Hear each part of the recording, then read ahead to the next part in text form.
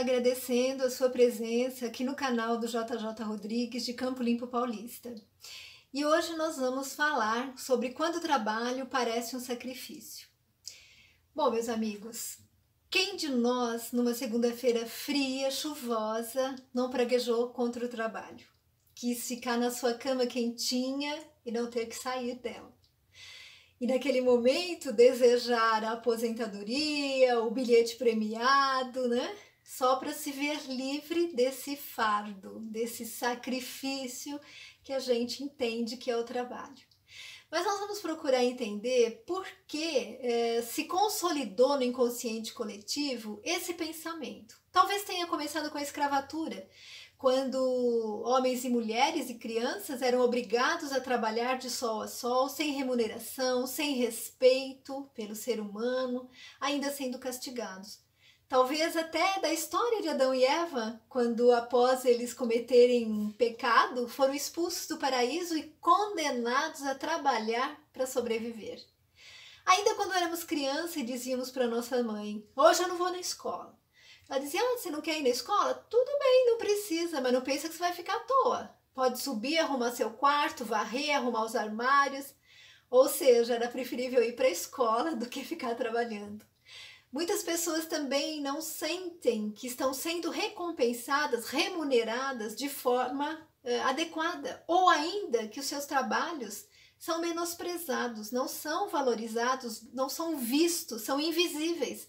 Como, por exemplo, o trabalho da dona de casa, que dia após dia repete as mesmas tarefas, né?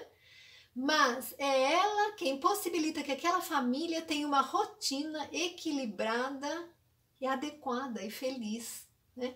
Eu podia citar outros exemplos, mas já dá para entender o porquê de não enxergarmos que o trabalho é, na verdade, uma bênção, né? Que é como a gente deveria vê-lo, já que é no trabalho que nós conseguimos nos relacionar com outras pessoas. E aí nós somos obrigados a desenvolver em nós a tolerância, a paciência, a seguir horários, a manter disciplina, a lutar contra as nossas frustrações, né?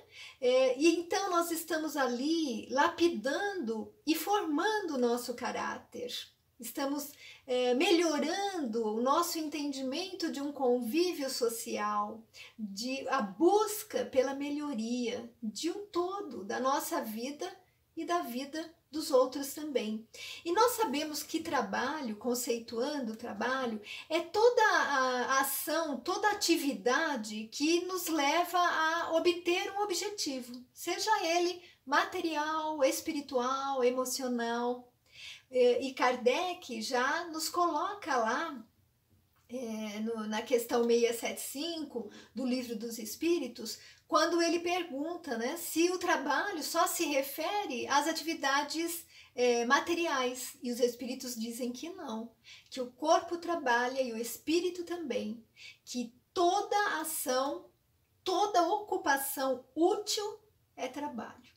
Então, nós percebemos aí como ele é algo amplo. Claro, é uma tarefa, é uma obrigação, é uma responsabilidade, sim, mas é também uma ação positiva que vai nos impulsionar ao crescimento, porque ao buscar soluções para os problemas do cotidiano, seja no nosso trabalho, na nossa vida, nós estamos então crescendo espiritualmente, falando em todos os sentidos, na verdade, como eu mencionei, né?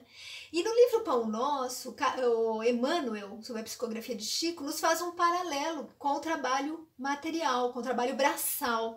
Ele nos diz assim, que um arado, ele promete serviço, esforço, cansaço. No entanto, o resultado daquela semeadura, daquele trabalho na terra, né, é o pão na mesa, é o celeiro cheio. Então, todo trabalho tem aí a sua recompensa. E Emmanuel nos diz que muitas pessoas se sentem insatisfeitas com aquilo que fazem. Quem varre a rua gostaria de ser comerciante, quem é agricultor gostaria de ter um trabalho na cidade. E que a questão não é bem o gênero do trabalho, mas é a falta de compreensão do que é realmente esse instrumento que Deus nos colocou aqui para exercitar, porque faz parte, como vemos no livro dos Espíritos, da lei de progresso. O trabalho impulsiona o progresso. Então, os dois estão incluídos nas leis divinas, né? E nós sabemos que dentro desse trabalho espiritual, nós podemos incluir as ações, todas as ações no bem. Uma conversa edificante, uma leitura edificante, uma prece, um pensamento bom que a gente dirige a alguém, um abraço, um consolo que a gente leve a uma pessoa, né? E essas pessoas que fazem esses trabalhos no bem estão levando esperança a todos nós, esperança à humanidade. E eu tenho uma historinha de uma enfermeira que trabalhava numa UTI de um grande hospital e ela era exemplar, ela fazia todas as suas tarefas, mas ela ia além. Ela fazia mais do que a sua obrigação. Sempre que ela chegava pela manhã, ela passava de leito em leito, dizendo bom dia, dizendo que dia da semana era, que dia do mês, como é que estava o tempo lá fora, porque ela sabia que dentro de uma UTI as pessoas perdem a noção de tempo, de realidade, né? E mesmo ela fazia isso, mesmo junto aos leitos daqueles que estavam inconscientes, entubados. Ela arrumava os lençóis porque achava que se eles estivessem conscientes, teriam vergonha de ver os seus corpos expostos. E uma vez havia um advogado muito querido pela família que estava com uma doença muito grave. E ele piorou demais, os médicos chamaram a família, né? Ela havia terminado o seu plantão, ia embora, mas a família estava demorando e ela percebeu que aquele homem estava entrando já na inconsciência. Então, ao invés de ir para casa, ela foi até o leito dele, sentou-se ao lado, pegou nas suas mãos e disse: eu sou a sua enfermeira, eu estou aqui com o Senhor, não precisa ter medo, vai dar tudo certo. Vamos fazer uma oração.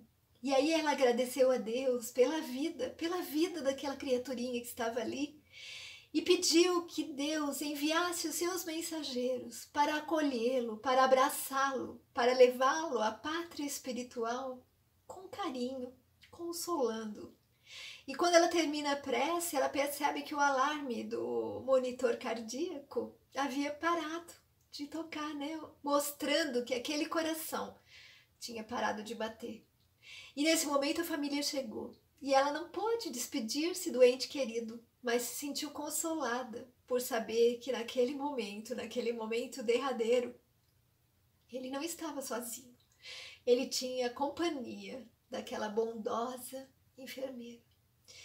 Então, meus amigos, que o exemplo dela e o exemplo de todos que fazem esse trabalho no bem possam ser seguidos por nós. Que nós possamos dar sempre o nosso melhor, em qualquer sentido, em qualquer tipo de ação que estejamos fazendo. Que a gente não possa olhar para aquilo como algo ruim, porque não é.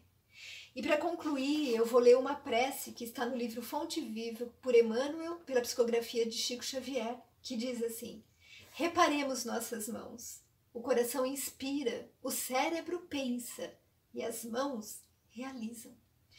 Em toda parte agita-se a vida humana pelas mãos que comandam e obedecem. Mãos que dirigem, que constroem, que afagam, que ajudam e que ensinam. E mãos que matam, que ferem, que batem, que amaldiçoam. Todos possuímos nas mãos antenas vivas por onde se nos exterioriza a vida espiritual. Reflete, pois, sobre o que fazes cada dia. Não ouvides que, além da morte, nossas mãos exibem os sinais da nossa passagem pela terra.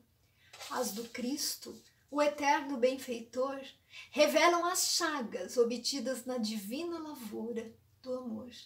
As tuas amanhã igualmente falarão de ti no mundo espiritual, onde, interrompida a experiência terrestre, cada criatura arrecada as bênçãos ou as lições da vida, de acordo com as próprias obras. Meus amigos, vamos refletir sobre tudo. Repito, vamos dar sempre o nosso melhor. Vamos fazer tudo com muito amor. Vamos entender que é possível extrair prazer, satisfação interior, né? Crescimento através de qualquer trabalho. Como nos disse os Espíritos lá no Livro dos Espíritos, através de qualquer ação útil. Então, quando nos sentirmos cansados, vamos nos lembrar de Deus e de Jesus, que não pararam de trabalhar até hoje. E vamos entender que é isso que eles esperam de nós, que nós possamos fazer a nossa parte. E o resto é por conta de Deus. Fiquem em paz. Muito obrigada.